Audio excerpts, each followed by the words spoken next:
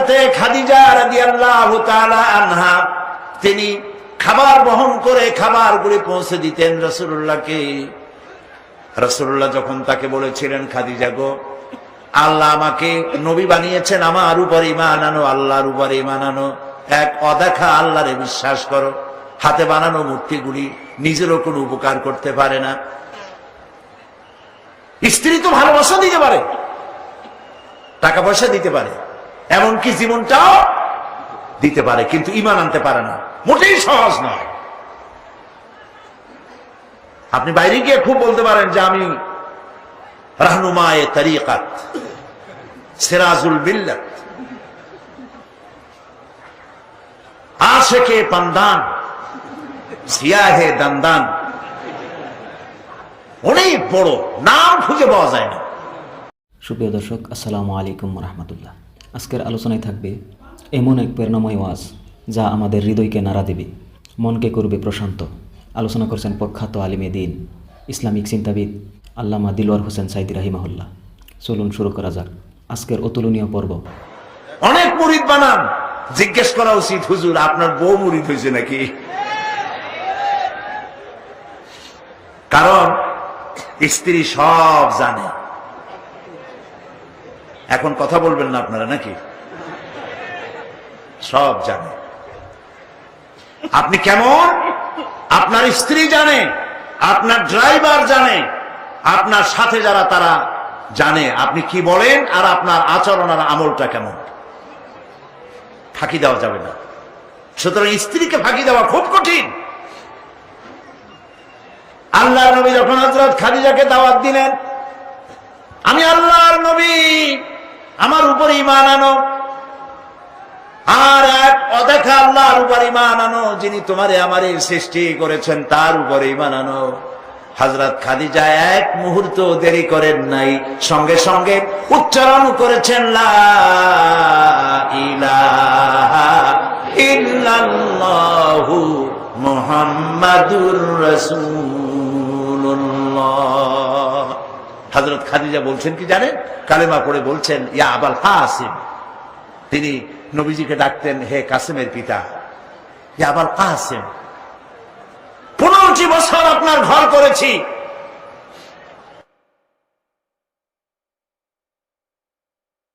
নবী করিম সাল্লাল্লাহু আলাইহি সাল্লাম বলেছেন আল্লাহর আকাশের নিচে জমিনের উপরে খাদিজার মতো উত্তম মহিলা আর নাই।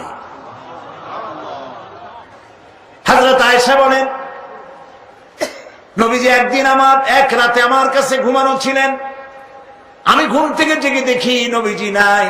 মনে মনে চিন্তা করলাম কোথায় গেলেন, বোধহয় অন্য কোনো স্ত্রীর ঘরে গেছেন। আমি চুপিসারে খোঁজ নিতে লাগলাম, কোনো ঘরে খবর পেলাম না।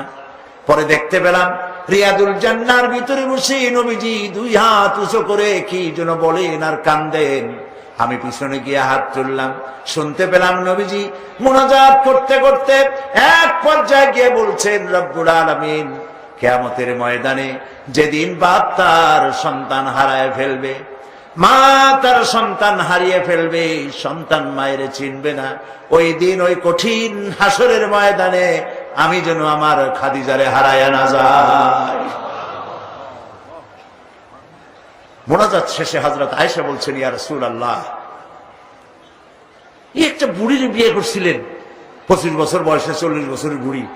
এই বুড়ির কথা এখনো আপনার মনে জাগে? এর থেকে ভালো কুমারী মেয়ে তো আপনি বিবাহ করেছেন। নবীজির মুখখানা মলিন হয়ে গেল। আল্লাহর নবী বলেন আয়েশা, খাদিজা সম্পর্কে এমন কথা জীবনে কোনোদিন তুমি আমার সামনে আর এরকম বলো না। কারণ হলো তোমরা সবাই আমার সুদিনের স্ত্রী, আর খাদিজা আমার এমন সময়ের স্ত্রী যখন মক্কা নগরীতে মুহাম্মদের পা রাখার জায়গা ছিল না। সমস্ত সম্পদ উজাড় করে দিয়েছে আমার জন্য, ইসলামের জন্য। না খেয়ে থেকেছে রাতের পর রাত, দিনের পর দিন।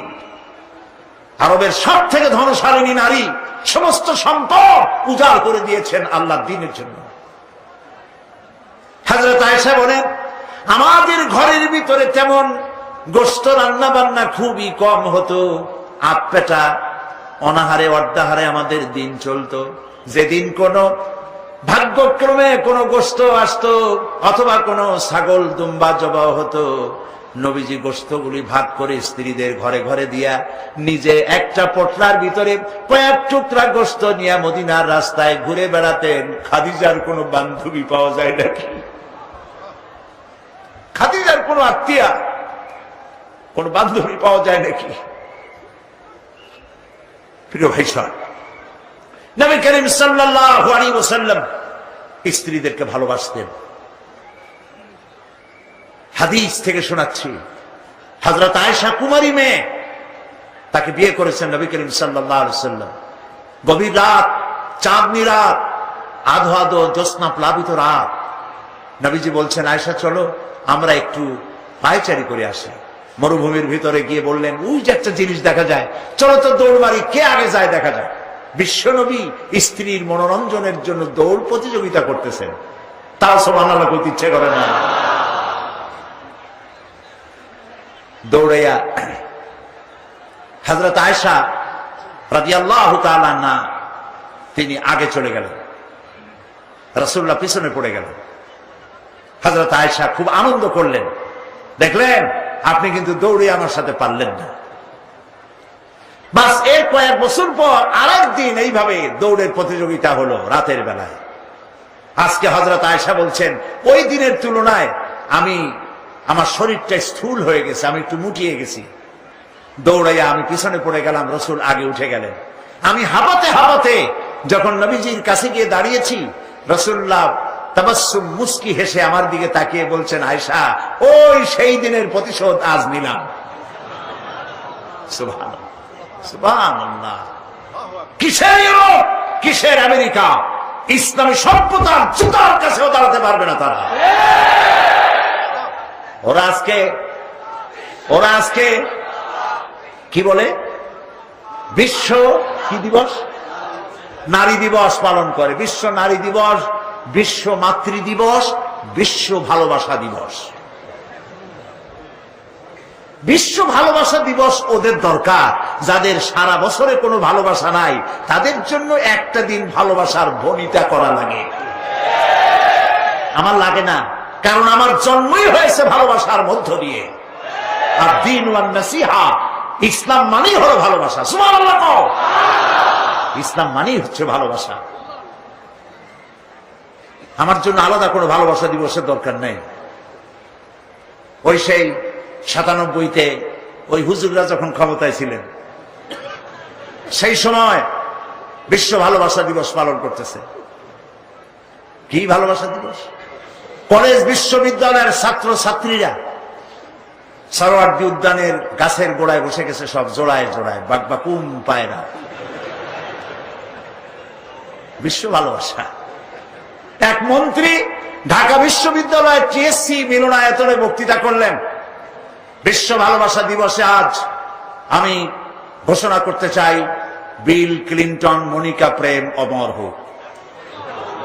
মন্ত্রী বললেন, আমি পার্লামেন্টে ধরলাম তাকে, বললাম, মাননীয় স্পিকার, বিল ক্লিনটন তার মেয়ের বয়সী মনিকার সাথে যে কাজটা করেছে, সে কাজের জন্য বিল ক্লিনটন নিজেই অনুতপ্ত।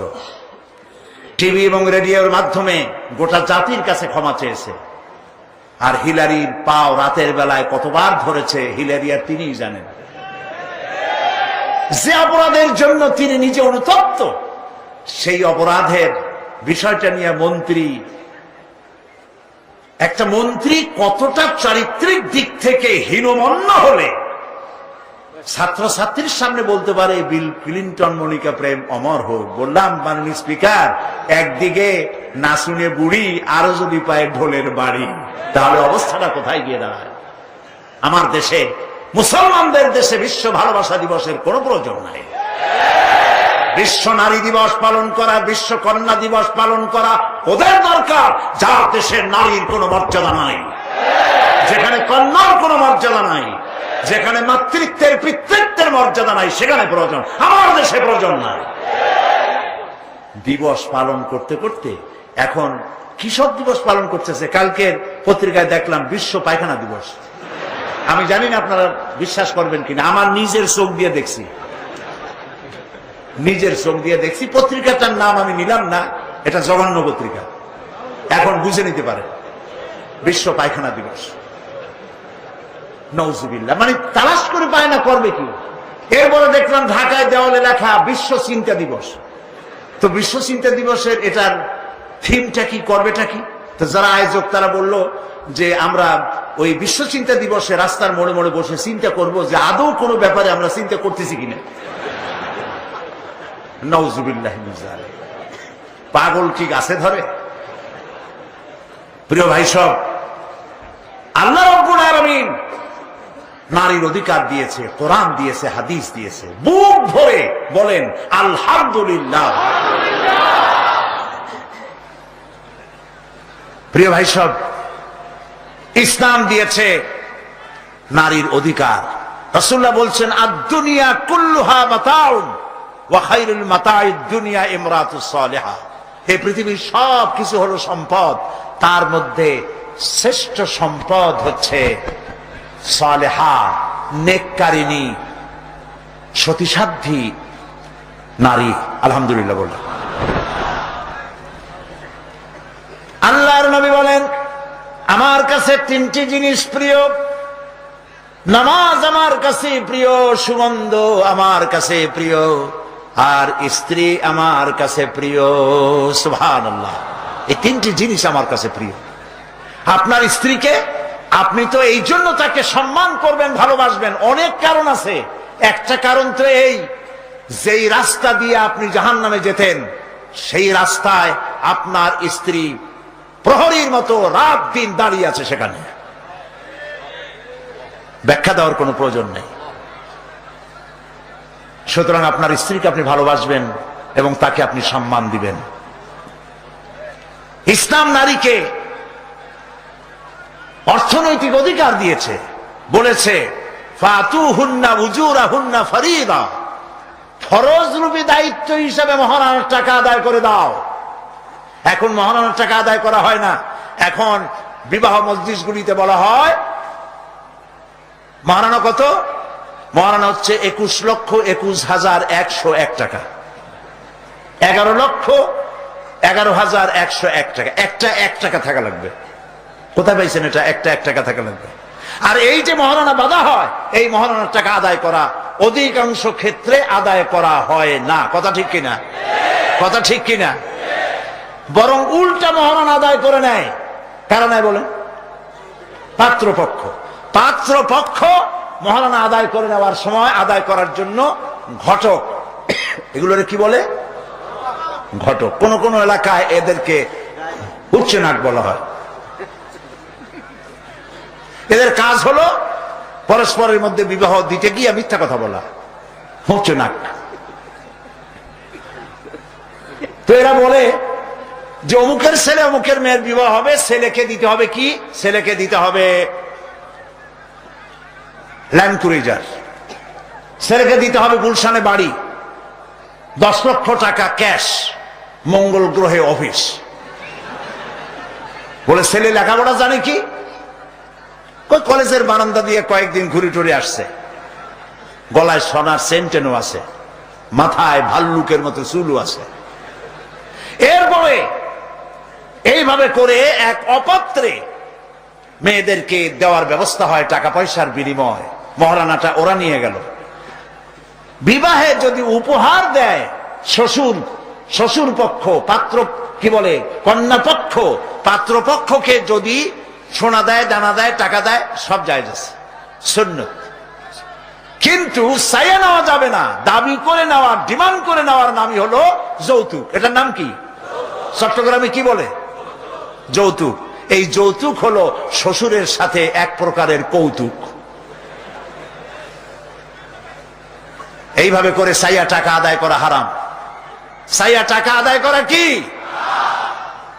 আজকের এই বিশাল তাফসীরুল কোরআন মাহফিলে আমি জানতে চাই যে এই যাদের ছেলে আজ পর্যন্ত বিয়ে দেন নাই, বিবাহ দিতে গিয়ে কন্যা পক্ষের কাছ থেকে হারাম চাইয়া যৌতুক আদায় করে ছেলে বিয়ে দিবেন না, এই রকমের লোক ওয়াদা করতে পারবেন না? মনে করবেন এই কথা যে আল্লাহ মাহফিলে আজকে আসলাম কেন?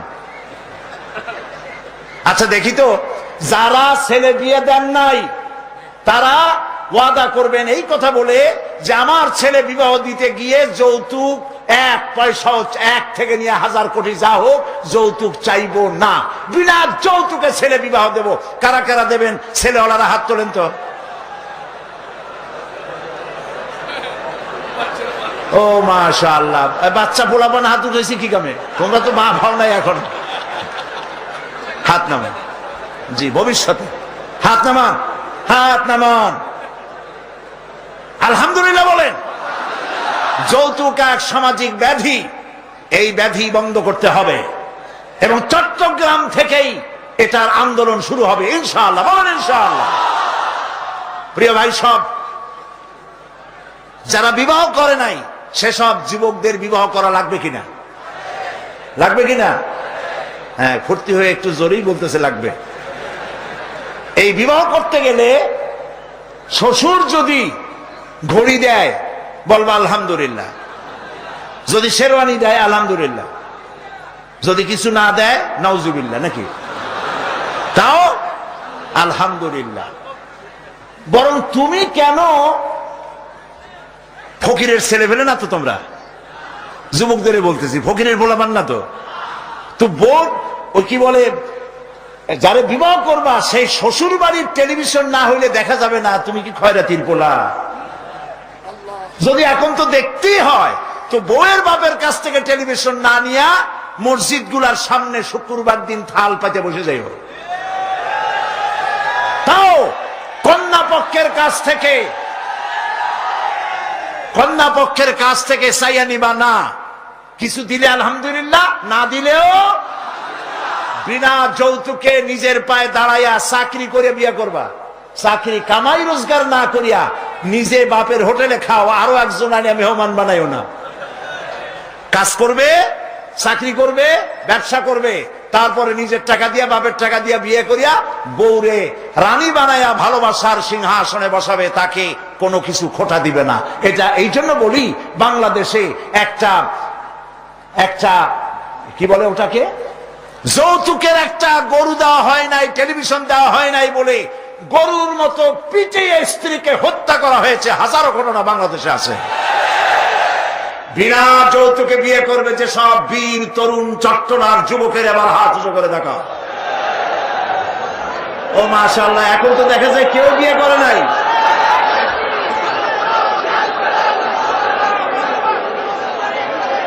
আচ্ছা, হাত নামান, হাত নামান। আলহামদুলিল্লাহ বলেন, হাত নামান। এই যে ভাই, আমি কিন্তু বুঝতে পারি দাঁড়াইছেন কেন, কোমর ব্যথা করতেছে বোধহয়। বসেন, কোমর ব্যথা আল্লাহ ভালো বানাই দেবেন। জোরে কোন আমিন। আরে ভাই বসতে বলছি, বসেন। কোমর ব্যথা হলে তো আমারও করবে, আমি তো বসা। বসেন, সবাই বসেন। প্রিয় ভাই সব, তাহলে একটি বড় রকমের অপরাধ থেকে চট্টগ্রামকে মুক্ত করার জন্য আন্দোলন শুরু করা হলো। বলেন আলহামদুলিল্লাহ। প্রিয় ভাই সব, আল্লাহ তাআলা এই নারী যখন বিবাহ হলো, আল্লাহ তাআলা তাকে অধিকার দিলেন, শিক্ষার অধিকার, লেখাপড়ার অধিকার, পড়ার অধিকার, সব অধিকার দিলেন। এরপরে দিলেন তাকে মা বানায় দিলেন। কদিন পরে কি হয়ে গেল? মা হয়ে গেল। সুবহানাল্লাহ। এখন কিন্তু ইজ্জত আরো বাড়লো। মা হওয়ার পর ইজ্জত কি হইল? আরো বেড়ে গেল। আল্লাহর নবীর কাছে প্রশ্ন করা হয়েছে। এক সাহাবী এসে বলছেন, সালা রাজুলুন ইয়া রাসূলুল্লাহ মান আহাক্কুন নাস বিহুসনি সাহাবাতি ক্বালা উম্মুক ক্বালা সুম্মা মান ক্বালা উম্মুক ক্বালা সুম্মা মান ক্বালা উম্মুক ক্বালা সুম্মা মান ক্বালা আবুক। সুবহানাল্লাহ। একজন এসে নবীজির কাছে প্রশ্ন করলেন, ইয়া রাসূলুল্লাহ, মানুষের ভিতরে আমি কার যত্ন করব, কার খেদমত করব, কার সাথে ভালো ব্যবহার করব, আমার কাছে সব থেকে ভালো ব্যবহার কে পেতে পারে? নবীজি বললেন, তোমার মা। সাহাবী প্রশ্ন করলেন, তারপরে কে? রাসূলুল্লাহ বললেন, তোমার মা। তারপরে কে? তোমার মা। তারপরে কে? তোমার পিতা। পিতার চাইতে মায়ের মর্যাদা আল্লাহ পাক কয় গুণ বাড়ালেন? সবাই বলেন কয় গুণ? 3 গুণ আল্লাহ বাড়ায় দিলেন। আল্লাহ রাব্বুল আলামিন কোরআনের কারীমের ভিতরে বলেছেন, ওয়াকাদা রাব্বুকা আল্লা তা'বুদু ইল্লা ইয়্যাহু ওয়া বিল ওয়ালিদাইনি ইহসানা। তোমার রবের পক্ষ থেকে চূড়ান্ত ফয়সালা হয়েছে যে আল্লাহর ইবাদত করার পর মা বাপের ইহসান করবে। সুবহানাল্লাহ। আর আমার দেশের লোকেরা কি করে লক্ষ্য করতেছেন আপনারা? আল্লাহ বলেন কি আর বান্দারা করে কি? আল্লাহ বলছেন মা বাপের খেদমত করো। আমার ইবাদতের পরে আল্লাহর পরেই স্থান কার? চিল্লায় বলেন। আমাদের লোকেরা বোঝে না, না বুঝা চলে যায় ভালো কোনো খাবার, ভালো কোনো ফল কোন হযরত, কোন পীর সাহেবের দরবারে নিয়ে হাজির করলে, হ্যাঁ দেন, পীর সাহেবকে হাদিয়া দিবেন দেন, কিন্তু আগে দিবেন মায়ের। আপনার কাছে, সন্তানের কাছে সব থেকে বড় পীর হচ্ছে মা। বলেন সব থেকে বড় পীর কে? মা আর বাবা। মা আর এই দুজন হচ্ছে আপনার কাছে সব থেকে বড় পীর। পীর সাহেবের দোয়া কবুল হবে কি হবে না, আলেম সাহেবের দোয়া কবুল হবে কি হবে না, সন্দেহ আছে। 50-50, দোয়া কবুল হইলেও হইতে পারে, না হইলেও না হইতে পারে। কিন্তু মা বাপ যদি দোয়া করে আল্লাহর দরবারে দোয়া মঞ্জুর হয়ে যায়, 100% দোয়া কবুল হয়ে যায়। সুবহানাল্লাহ বলে। প্রিয় ভাই সব, আল্লাহ রাব্বুল আলামিনের নবী বলেন, মা বাবা যখন দোয়া করে সন্তানের জন্য, যখন দোয়া করে, বন্দুক দিয়া গুলি করলে সেই গুলি তার লক্ষ্য বস্তুর কাছে যেতে যত না দেরি হয়, মা বাপের দোয়া বা বদদোয়া আল্লাহর দরবারে থেকে দ্রুত গতিতে চলে যায়। মাকে খাওয়াও। বুড়া মা আছে না? বলেন আছে না?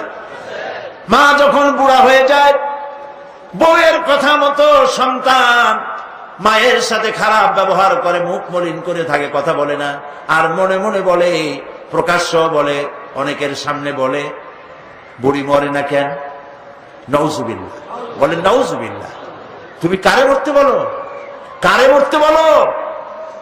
তোমার মা, তোমার যখন অসুখ হয়েছে, যত্ন করেছি, বুকের সাথে আগলায় ধরেছে, সারা রাত শেয়ারে বসে বসে, বিদ্যুৎ ছিল না ঘরে, কেরোসিনের ল্যাম্প জ্বালায়া, চেরাগ জ্বালায়া কোরআন শরীফ তেলাওয়াত করেছে।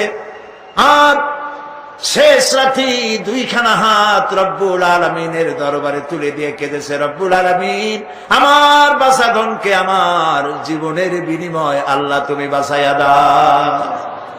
যে মা বললেন, আমার জীবনের বিনিময় আমার ছেলে তুমি বাঁচাও, মেয়েরে বাঁচাও, সেই ছেলে বড় হইয়া বইয়ের পাগল হইয়া বলে, বুড়ি মরে না কেন? নাউজুবিল্লাহ, নাউজুবিল্লাহ। মাকে সম্মান করুন, মাকে ভালোবাসুন। আল্লাহ রাব্বুল আলামিন বলেন, ওয়াওয়াসাইনাল ইনসানা বিওয়ালিদাইহি ইহসানা হামালাতুহু উম্মুহু কুরহা ওয়া ওয়াদাআতুহু কুরহা ওয়া হামলুহু ওয়া ফিসালুহু 30 শাহরা। আমি সমগ্র মানব গোষ্ঠীকে উপদেশ দিচ্ছি, তোমরা তোমাদের ওসিয়ত করছি, তোমরা তোমাদের মা বাপকে সম্মান করো। তোমার মা তোমাকে গর্ভধারণ করেছে অত্যন্ত কষ্টের সাথে, ডেলিভারি করেছে অত্যন্ত কষ্টের সাথে, আর 30টা মাস বুকের দুধ দিয়ে তোমারে মানুষ করছে। সুবহানাল্লাহ, সুবহানাল্লাহ। প্রিয় ভাই সব, মা বাপ যদি হাত তোলে, চোখ দিয়া পানি পড়ে, দোয়া কবুল হয়ে যাবে। সুবহানাল্লাহ। এই যে হযরত বাইজিদ বুস্তামি রহমতুল্লাহ আলাইহির এই দরগায় আপনারা যান, হযরত বাইজিদ বুস্তামি যখন ছোট্ট ছিলেন, তার মা অসুস্থ, গভীর রাত্রে মা জেগে বলছে, বাবা আমি তো পানির পিপাসায় শেষ হয়ে যাচ্ছি, একটু পানি পান করাও। বাচ্চা দেখলেন ঘরের মধ্যে পানি নাই, বাইরে কোথা থেকে পানি জোগাড় করলেন, এসে দেখেন মা ঘুমায় গেছে। শীতের রাত, বাচ্চা দাঁড়ায় আছে পানি নিয়ে। হজরের সময় মায়ের ঘুম ভেঙেছে, তাকিয়ে দেখে বাইজিদ দাঁড়ানো। বাইজিদ তুমি দাঁড়ানো কেন? কাঁপতেছো কেন? ছেলে বলছে, মা আপনি পানি চাইছিলেন। তা পানি চাইছিলাম, তা কি হয়েছে? তা আমি তো ঘরে পানি পাইনি, দূরে গিয়ে পানি আনছি, আনি দেখে আপনি ঘুমাই গেছেন, আমার উঠাও নাই কেন? আপনার ঘুমের ক্ষতি হবে। তা তুমি নিজে ঘুমাও নাই কেন? এই জন্য যে আপনি জায়গায় যদি আবার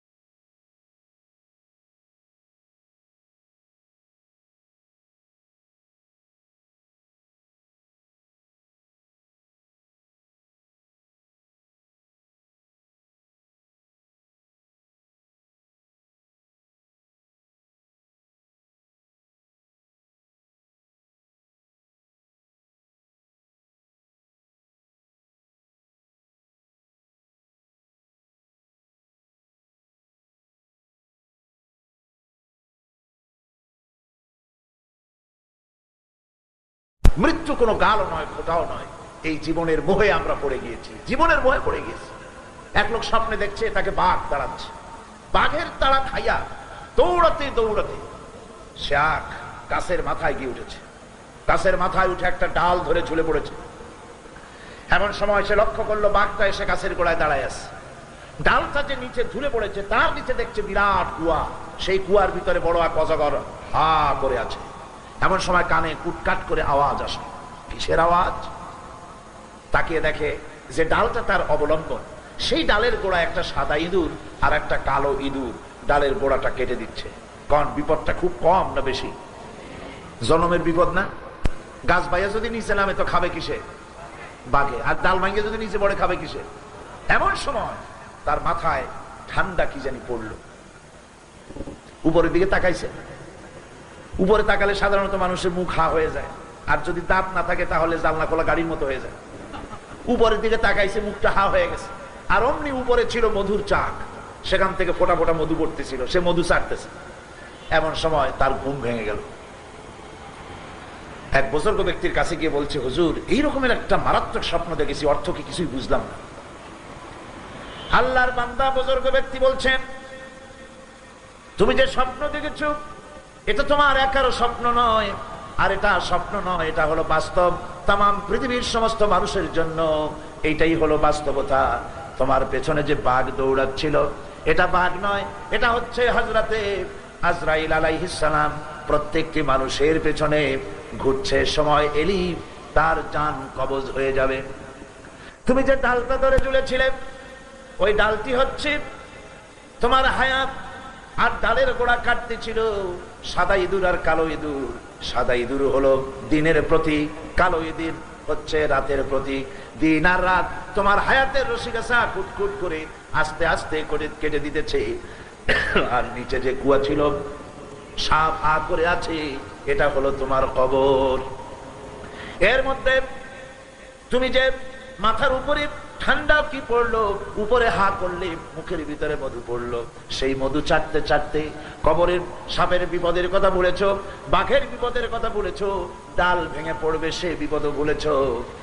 এই মধু হচ্ছে তোমার সুন্দরী স্ত্রী, এই মধু হলো দুনিয়া, এই মধু গাড়ি, এই মধু বাড়ি, এই মধু ক্ষমতা, এই মধু প্রতিপত্তি, এই মধু হচ্ছে তোমার ব্যবসা বাণিজ্য। দুনিয়ার মোহে তোমাকে এত বড় বিপদ থেকে তোমাকে ভুলাই দিয়েছে মানুষ। এই দুনিয়া তাকে ভুলাই রেখেছে। আল্লাহ পাক মানুষকে সতর্ক করে দিচ্ছেন, ওয়াল আসরি ইন্নাল ইনসানা লাফি খুসর। আল্লাহ পাক বলেন, আমি এতগুলি কসম করে বলছি, ইন্নাল ইনসানা লাফি খুসর, নিঃসন্দেহে অবশ্যই মানুষের জীবন ক্ষতিগ্রস্ত। মানুষের জীবন কি ক্ষতিগ্রস্ত? কে বলতেছেন কথা? আল্লাহ পাক। লক্ষ্য করেন, আগে তো আল্লাহ পাক কসম করলেন কতগুলা, তারপরে আবার বলছেন ইন্না, নিঃসন্দেহে, নিশ্চয়ই। এরপরে আবার লাফি, ফিয়ের আগে যে লাম লাগানো হয়েছে এটা হচ্ছে লামে তাকিদ। অবশ্যই মানুষের জীবন কি জোরে কন? ক্ষতিগ্রস্ত। কে বলতেছেন? আল্লাহর বান্দা বুজুর্গ ব্যক্তি বলছেন, তুমি যে স্বপ্ন দেখেছ এটা তোমার একারও স্বপ্ন নয়, আর এটা স্বপ্ন নয়, এটা হলো বাস্তব। তামাম পৃথিবীর সমস্ত মানুষের জন্য এইটাই হলো বাস্তবতা। তোমার পেছনে যে বাঘ দৌড়াচ্ছিল এটা বাঘ নয়, এটা হচ্ছে হযরতে আজরাইল আলাইহিস সালাম। প্রত্যেকটি মানুষের পেছনে ঘুরছে, সময় এলি তার জান কবজ হয়ে যাবে। তুমি যে ডালটা ধরে ঝুলেছিলে ওই ডালটি হচ্ছে তোমার হায়াত, আর ডালের গোড়া কাটতে ছিল সাদা ইঁদুর আর কালো ইঁদুর। সাদা ইঁদুর হলো দিনের প্রতীক, কালো ইঁদুর হচ্ছে রাতের প্রতীক। দিন আর রাত তোমার হায়াতের রশিগাছা কুটকুট করে আস্তে আস্তে করে কেটে দিতেছে। আর নিচে যে কুয়া ছিল সাপ হা করে আছে, এটা হলো তোমার কবর। এর মধ্যে তুমি যে মাথার উপরে ঠান্ডা কি পড়লো, উপরে হা করলে মুখের ভিতরে মধু পড়লো, সেই মধু চাটতে চাটতে কবরের সাপের বিপদের কথা বলেছ, বাঘের বিপদের কথা বলেছ, ডাল ভেঙে পড়বে সে বিপদ বলেছ। এই মধু হচ্ছে তোমার সুন্দরী স্ত্রী, এই মধু হলো দুনিয়া, এই মধু গাড়ি, এই মধু বাড়ি, এই মধু ক্ষমতা, এই মধু প্রতিপত্তি, এই মধু হচ্ছে তোমার ব্যবসা বাণিজ্য।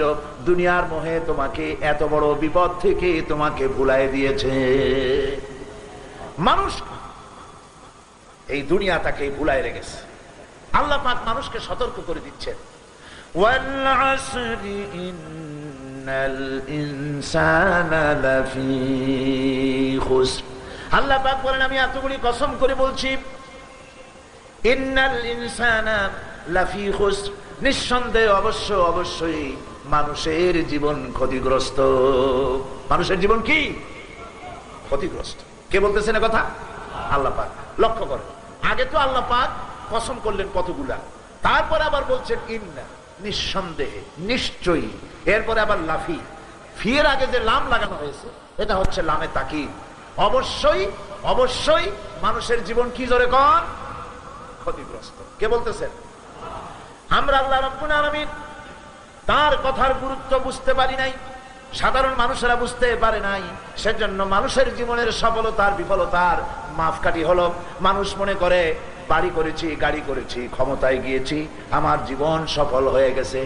আসল জীবনের সফলতার বিফলতা এর মানদণ্ড হচ্ছে ঈমান। এর মানদণ্ড কি? ঈমান। ঈমান আছে কি? জীবনের সফলতার বিফলতা কোনটা এটা বলে দিতে পারেন আল্লাহ সুবহানাহু ওয়া তাআলা। তাই আল্লাহ রাব্বুল আলামিন বলছেন, ইন্নাল ইনসানা লাফি খুসর। আল ইনসান, কোরআন যখন নাজিল হচ্ছে সেই সময়ের মানুষদেরকে কিন্তু বলা হয় নাই, বলা হয়েছে অনাগত ভবিষ্যতে। কিয়ামত পর্যন্ত এই পৃথিবীতে যত মানুষ আসবে সমস্ত মানুষের জীবন কি ক্ষতিগ্রস্ত। বলেন জীবন কি? সারখানা কাজ করলে জীবন সফল হয়ে যাবে। তার প্রথম কাজটা হলো ঈমান। প্রথম কাজটা কি? ঈমান। এই ঈমান তো আমরা সবাই এনেছি, আনছি না ঈমান? আমি মনে করি না কোনো বেঈমান এখানে আসছে। আমরা সব ঈমানদার। আমরা সব কি? ঈমানদার। আমরা ঘোষণা করেছি লা ইলাহা ইল্লাল্লাহু মুহাম্মাদুর রাসূলুল্লাহ। জোরে পড়েন, লা ইলাহা ইল্লাল্লাহ, লা ইলাহা ইল্লাল্লাহ, লা ইলাহা ইল্লাল্লাহ, লা ইলাহা। আরো জোরে, লা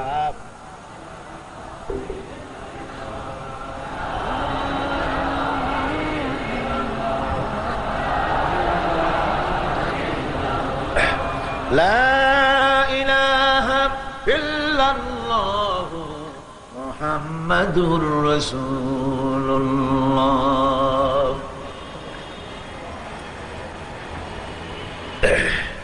এটা হচ্ছে ঈমানের মূল ভিত্তি। ঈমান কাকে বলে? চরিত্রের মানসিক ভিত্তি যেটা, ওইটাকে বলা হয় ঈমান। ঈমান হচ্ছে আমনুন ধাতু থেকে এর উৎপত্তি। এটার অর্থ হচ্ছে চরিত্রের মানসিক ভিত্তি, নির্ভীকতা এবং বিশ্বস্ততা। আল্লাহর উপরে পরিপূর্ণ বিশ্বাস এবং নির্ভীকতা। ইসলামে ঈমানের গুরুত্ব সবচাইতে বেশি। ইসলামের সবচাইতে বেশি গুরুত্ব কোনটা? যদি প্রশ্ন করা হয় কোরআনে মজিদের দাওয়াতের মূল প্রতিপাদ্য কি, যদি প্রশ্ন করা হয় কি জবাব হবে? ঈমান। কোরআনের মূল দাওয়াত কি? ঈমান। কোরআনে কারীম অবতরণ এবং রাসূল কারীম সাল্লাল্লাহু আলাইহি ওয়াসাল্লামের আগমনের একমাত্র উদ্দেশ্য হচ্ছে ঈমানের দাওয়াত দেওয়া। কিসের দাওয়াত দেওয়া? কোরআনের ভাষায় শুনুন, কোরআনের ধারক বাহক সম্পর্কে আল্লাহ রাব্বুল আলামিন কোরআনে কারীমের মধ্যে বলেছেন, রব্বানা ইন্নানা সামি'না মুনাদিয়ান ইউনাদি লিল ঈমান। হে আমাদের রব, নিশ্চয়ই আমরা এমন একজন আহ্বায়কের ডাক শুনেছি, এমন এক আহ্বায়কের ডাকে আমরা সাড়া দিয়েছি যিনি আমাদেরকে ঈমানের আহ্বান করেছেন, যিনি আমাদেরকে ঈমানের ডাক দিয়েছেন। তিনি হচ্ছেন নবী মুহাম্মদ রাসূলুল্লাহ সাল্লাল্লাহু আলাইহি ওয়াসাল্লাম। কোরআনে হাকিম এক সুস্পষ্ট সীমারেখা টেনে পৃথিবীর মানুষকে দুটো শ্রেণীতে বিভক্ত করে দিয়েছে। পৃথিবীর মানুষ মূলত দুই শ্রেণীতে ভাগ। কয় শ্রেণী? নারী আর পুরুষ নয়, সাদা আর কালো নয়। মূলত পৃথিবীর মানুষকে দুইটা ভাগে বিভক্ত করা হয়েছে। এক হচ্ছে ইমান আনয়নকারী, ইমান পোষণকারী, আর এক হচ্ছে অবিশ্বাসী। এই দুইটা শ্রেণী পৃথিবীতে। কয়টা শ্রেণী হলো? দুটি শ্রেণী। ইমান পোষণকারী যারা, তারা হচ্ছে সত্যশ্রায়ী, তারা জ্ঞান এবং নূরের সম্পদে তারা ধন্য। আর যারা অপর দলটি যারা, তারা হচ্ছে মূর্খ, হেদায়েতের রাস্তা তাদের জন্য অবরুদ্ধ। আর যারা ঈমান এনেছে তাদের জন্য হেদায়েতের রাস্তা উন্মুক্ত। এই দুটি ভাগ সম্পর্কে, দুটি দল সম্পর্কে আল্লাহ পাক কোরআনে কারিমে বলছেন, মাসালুল ফারিকাইন কাল আ'মা ওয়াল আসাম্মি ওয়াল বাসীরি ওয়াস সামি' হাল ইয়াস্তাবিয়ানি মাসালান আফালা তাযাক্কারুন। এই দুই শ্রেণীর লোকদের দৃষ্টান্ত এরূপ, যেমন একটি লোক কথাও বলতে পারে, কানেও শোনে, আর অপর লোকটি কথাও বলতে পারে না, কানেও শোনে না। এই দুইটি দৃষ্টান্ত হচ্ছে ঈমান আনয়ন, ঈমান পোষণকারী আর অবিশ্বাসী। এই দুজনের জন্য এই দৃষ্টান্ত দেওয়া হয়েছে। এরপরেও কি তোমরা এর থেকে উপদেশ গ্রহণ করবে না? তার মানে হলো, যারা কানে শোনে এবং যারা চোখে দেখে, তারা হচ্ছে ঈমান আনয়নকারী। চোখ দিয়ে হক দেখেছে, কান দিয়ে হক শুনেছে, অন্তর দিয়ে বিশ্বাস করেছে, এরা হলো ঈমানদার। আর যারা বেঈমান, তারা দেখেও দেখে না, শুনেও শোনে না। আকাশ দেখে কয় ওটা একটা নীলা নীলা দেখা যায়, আসলে আকাশ বলতে কিছু নাই। সুতরাং ঈমান ও কুফরের মধ্যে পার্থক্যের ফলে গোটা মানব জাতির মধ্যে সুস্পষ্ট ভাবে পার্থক্য সূচিত হয়ে গেছে। ঈমান এবং বেঈমান এর মধ্যে পার্থক্য হয়েই গেছে। কোরআনে কারিমে রব্বুল আলামিন বলেন, লা ইকরাহা ফিদ্দীন ক্বাদ তাবায়্যানার রুশদু মিনাল গায়ব। দ্বীনের ব্যাপারে কোনো জোর জবরদস্তি নাই। আর হেদায়েত আর গোমরাহি একে পৃথক করে দেওয়া হয়েছে। হেদায়েতের পথ কোনটা আর গোমরাহির পথ কোনটা, কোনো প্রচ্ছন্ন নাই, কোনো অন্ধকার নাই, খুব স্পষ্ট করে মানুষের সামনে তা তুলে ধরা হয়েছে। فمن يكفر بالطاغوت ويؤمن بالله فقد استمسك بالعروة الوثقى لا انفصام لها والله سميع عليم। فمن يكفر بالطاغوت, এখন যে ব্যক্তি তাগুতকে অস্বীকার করবে এবং আল্লাহর উপর ঈমান আনবে, সে তো এমন রজ্জু অবলম্বন করলো যে রজ্জু কখনো ছিড়বার নয়, কখনো ধ্বংস করার নয়, কেউ তাকে ধ্বংস করতে পারবে না, বিচ্ছিন্ন করতে পারবে না, যে তাগুতকে অস্বীকার করে আল্লাহর প্রতি ঈমান এনেছে।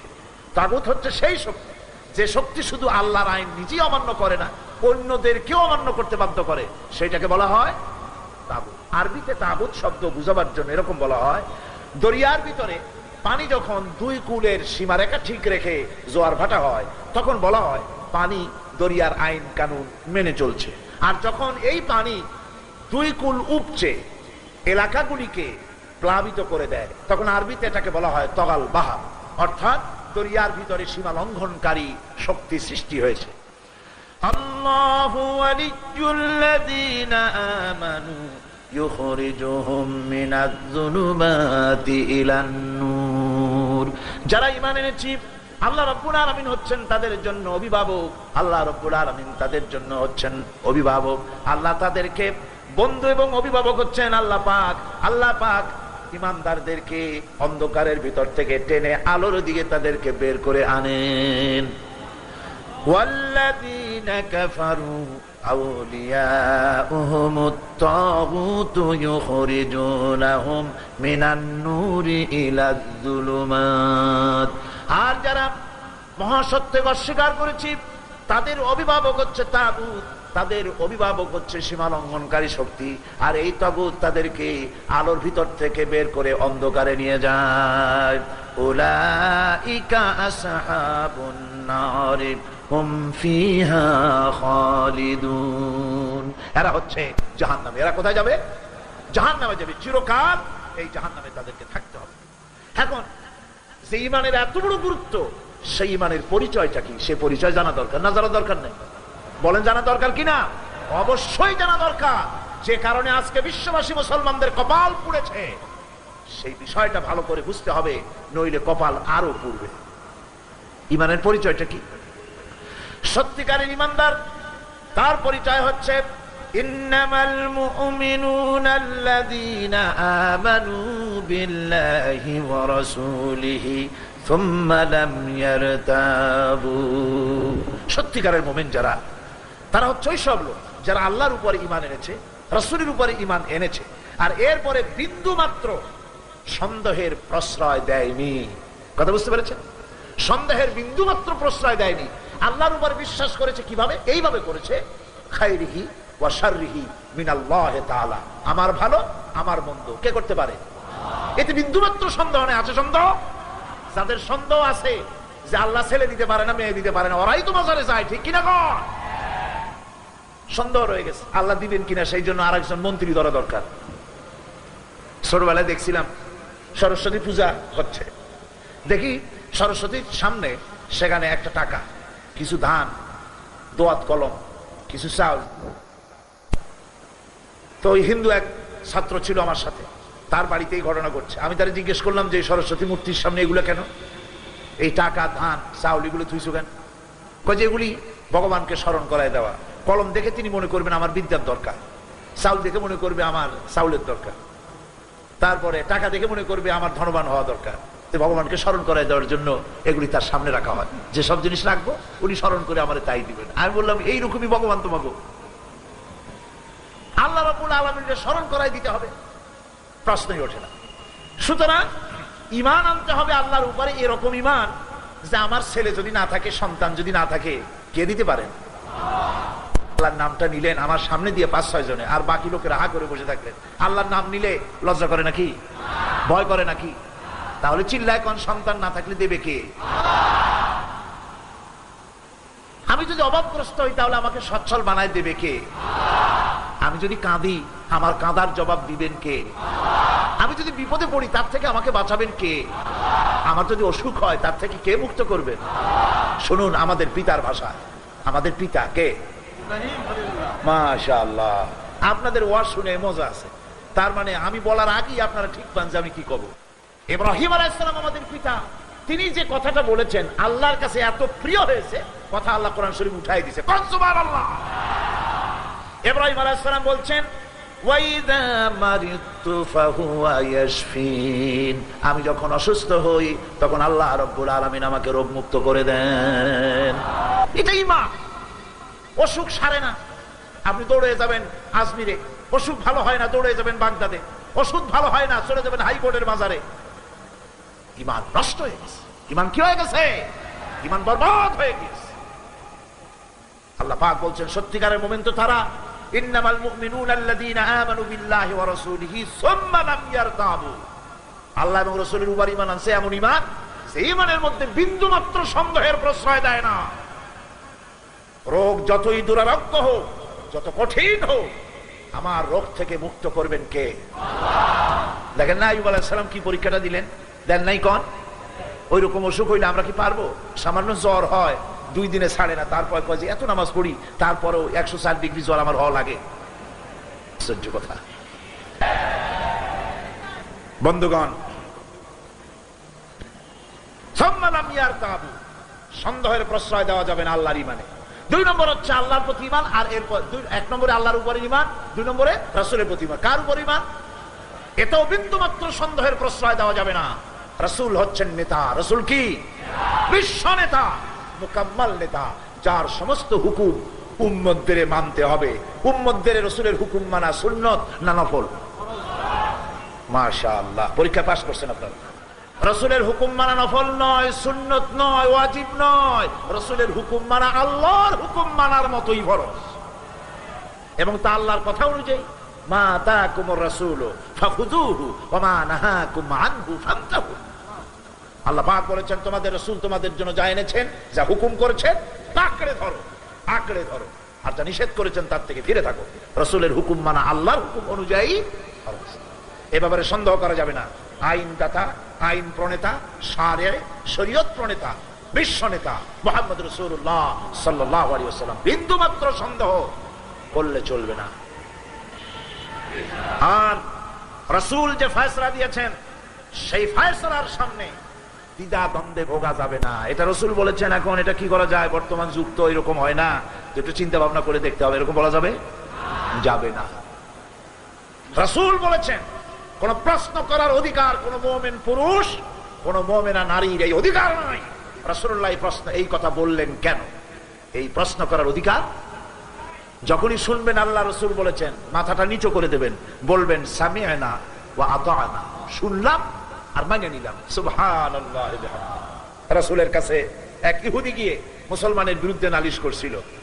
সেই মুসলমান তার কথা শুনে রাসূলের কারীম সাক্ষ্য আর প্রমাণ নিয়ে তারপরে তিনি ফয়সালা করলেন, ইহুদির পক্ষে রায় দিয়ে দিলেন। রায়টা মুসলমানের বিপক্ষে চলে গেল। মুসলমান বেচারা নারাজ হয়ে গেলেন। তিনি চলে গেলেন হযরত ওমর ফারুক রাদিয়াল্লাহু তাআলা আনহু।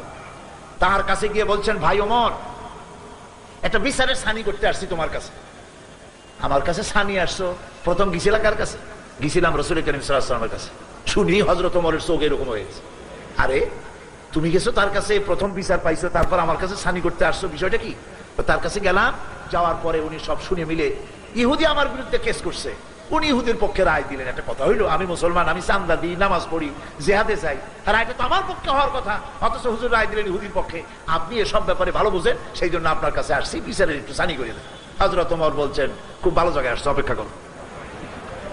বাড়ির মধ্যে গিয়ে তরবারি খান নিয়ে আসছেন, তরবারি খাপ থেকে বের করেছেন। আল্লাহর ওমর বলছেন, আল্লাহর বান্দা শোনো, রাসূল করিম সাল্লাল্লাহু আলাইহি ওয়াসাল্লাম কোন বিষয় ফয়সালা দেওয়ার পর সেই ফয়সালা মাথা নত করে যে ব্যক্তি মানতে পারে না, তার ফয়সালা এরকম করে করে দিতে হয়। তরবারির আঘাত মারলেন, কল্লা ছিটকে কয়েক গজ দূরে পড়ে গেল। এর অর্থ হলেই যে ব্যক্তি মুসলমান দাবি করে আর এরপরে ইসলামকে অস্বীকার করে, নবীকে নেতা হিসাবে তার সমস্ত বক্তব্য মানতে রাজি হয় না, পৃথিবীতে বেঁচে থাকার অধিকার তার নাই। সুতরাং ইমান হবে এমন ইমান আল্লাহ এবং রাসূলের উপরে, সেই ইমানের ভেতরে বিন্দু মাত্র সন্দেহকে প্রশ্রয় দেওয়া যাবে না। সলিড ইমান। কি ইমান হবে? ইমান হচ্ছে মুসলমান হওয়ার ফাউন্ডেশন। মুসলমান হওয়ার জন্য, বেহেশতে যাওয়ার জন্য ফাউন্ডেশন কি? ইমান। এই যে পাশের বিল্ডিংটা, এই বিল্ডিং এর ফাউন্ডেশন যদি জিনজিরা মার্কা সিমেন্ট দেওয়া হয়, জিনজিরা কেউ থাকলে রাগ করবেন না, জিনজিরা মানুষের যথেষ্ট বুদ্ধি আছে, আসল বাইরে আবার আগেই নকল তৈরি করে, বুদ্ধির প্রশংসা করতে হয়। তো ওই ধরনের নকল সিমেন্ট দিয়া যদি এর ফাউন্ডেশন দেওয়া হয়, তাহলে ভূমিকম্প আসার আগেই তো ভাঙিয়ে শেষ হয়ে যাবে। ঠিক কিনা কর, জোরে কন, ঠিক কিনা? ফাউন্ডেশন মজবুত হতে হবে, বাইরের চাকচিক্য থাকুক আর নাই থাকুক। মুসলমানের সবচাইতে বড় ফাউন্ডেশন হচ্ছে তার ইমান। ফাউন্ডেশন কি? ইমান যদি মজবুত হয় তাহলে দুনিয়া এবং আখিরাতে নাজাত পাওয়া যাবে। প্রিয় দর্শকবৃন্দ, আজকের আলোচনাটি এখানেই শেষ করলাম। আশা করি আপনাদের হৃদয়ে স্পর্শ করেছে এই ওয়াজটি। নিয়মিত এমন আলোচনা পেতে আমাদের সাথেই থাকুন। আল্লাহ হাফেজ। আসসালামু আলাইকুম ওয়া রাহমাতুল্লাহ।